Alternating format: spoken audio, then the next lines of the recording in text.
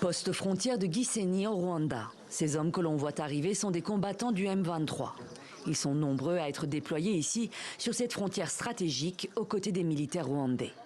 Des soldats bien armés, reconnaissables aux écussons qu'ils arborent sur leurs uniformes. Au poste frontière, les va-et-vient continuent. Un flux d'hommes, de femmes et d'enfants quitte la RDC et passe au Rwanda. Ici, c'est entre autres le personnel de la Banque mondiale. Mais les civils ne sont pas les seuls à quitter Goma et ses environs. Plusieurs dizaines de soldats roumains appartenant à une société militaire privée sont aussi à Gisenyi. Des paramilitaires contractés par Kinshasa en appui de l'armée congolaise. À quelques kilomètres de là, à Goma, règne un calme précaire. Le sort de la ville semble scellé ce mercredi. Les combattants du M23, soutenus par l'armée rwandaise, en occupent désormais la quasi-totalité.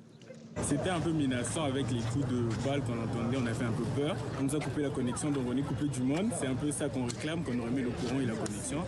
Mais surtout, à part ça, ça va. L'aéroport est tombé, le siège du gouvernement provincial a été pris et nombre de soldats congolais ont fui. Dans certains quartiers, on assiste à des scènes de pillage. C'est dans ce contexte particulièrement tendu que s'est tenue une réunion d'urgence du Conseil de sécurité des Nations Unies. La chef de la diplomatie congolaise a de nouveau appelé la communauté internationale à réagir. Il est temps maintenant pour le Conseil de sécurité d'agir. Des millions de personnes ont été déplacées. Des milliers de personnes sont piégées dans la ville assiégée de Goma, avec un accès restreint à la nourriture, l'eau, l'électricité. Des vies innombrables ont été perdues. Ça suffit. Une nouvelle tentative diplomatique a échoué mercredi. Le président congolais Félix Tshisekedi a refusé d'assister à une réunion avec son homologue rwandais Paul Kagame.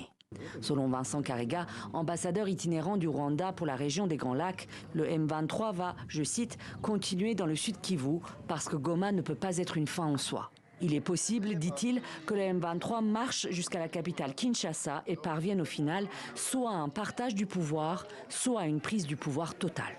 Une éventualité toutefois peu probable selon de nombreux experts. De leur côté, les autorités congolaises ont nommé un nouveau gouverneur militaire de la province du Nord Kivu, Kakule Somo-Évariste, élevé au grade de général-major pour remplacer Peter Chirimwami, mort au combat.